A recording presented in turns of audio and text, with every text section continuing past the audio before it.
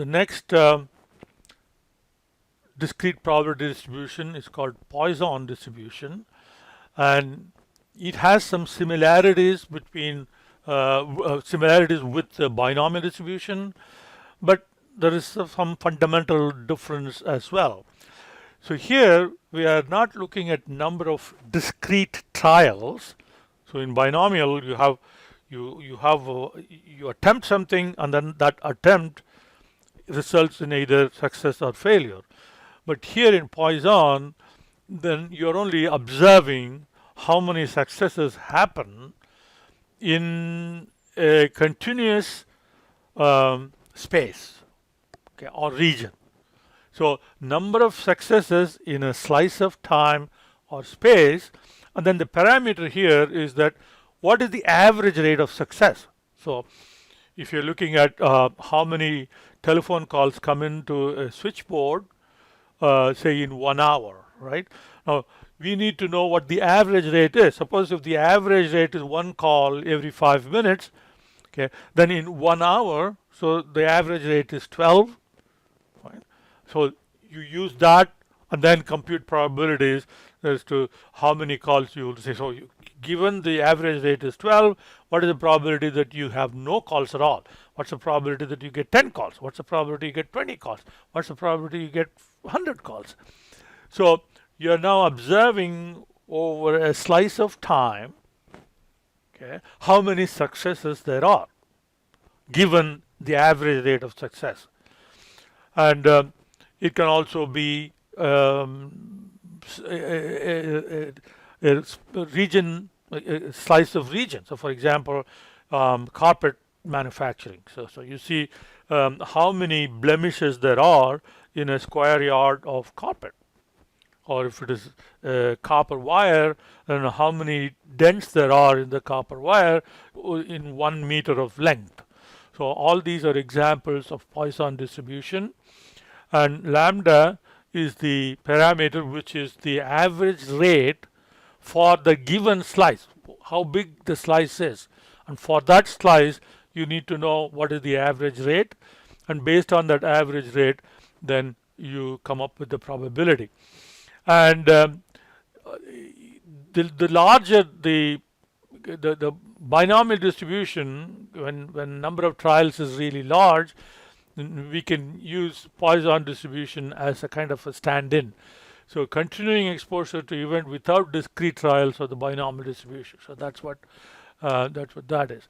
All right. So let's look at. Okay. First, select a blank cell, and then go to define. So we go to Poisson distribution. All right. So here is our standard Poisson with lambda equal to 1.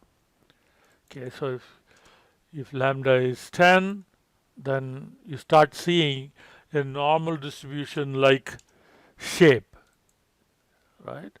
And if it is small, then you get more like a decaying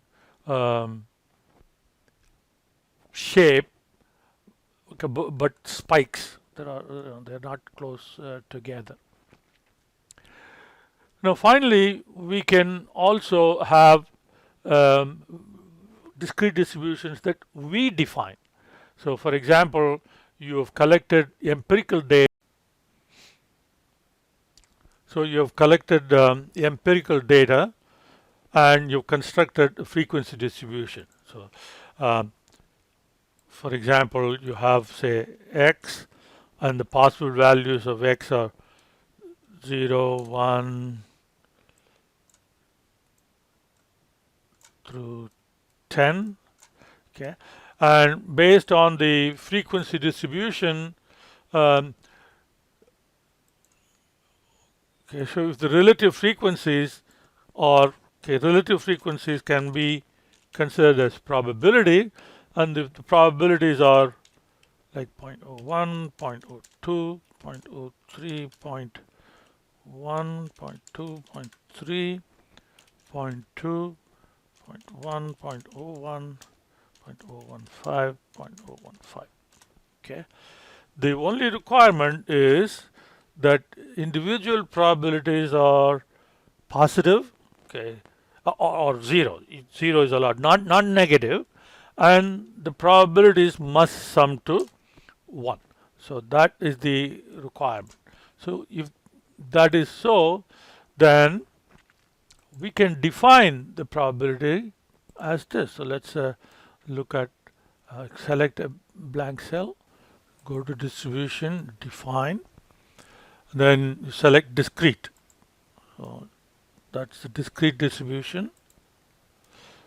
So now we have to indicate what the x values are and what the probability values are.